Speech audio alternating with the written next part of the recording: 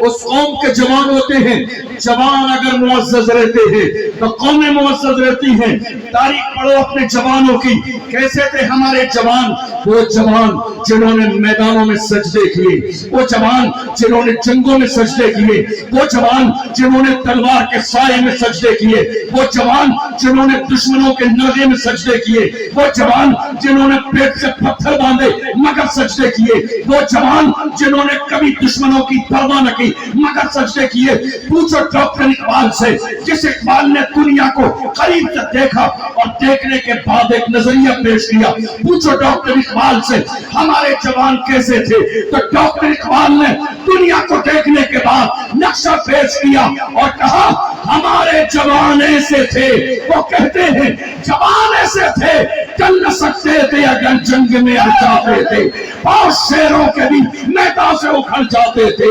تجھ سے سرکش ہوا کوئی تو بگڑ جاتے تھے. تیر کیا چیز ہے, ہم توپ سے لڑ جاتے تھے. شان آنکھوں میں نچستی تھی جہاداروں کی, کلمہ پڑھتے تھے ہم چھاؤں میں تلواروں کی. ہم جو جیتے تھے تو جنگوں کی مصیبت کے لیے یا رسول اللہ, اور مرتے تھے تیرے نام کی عظمت کے لیے. دشت تو دشت ہے, دریا بھی نہ چھوڑے ہم نے, بحر ظلمات میں دوڑا دیے گھوڑے.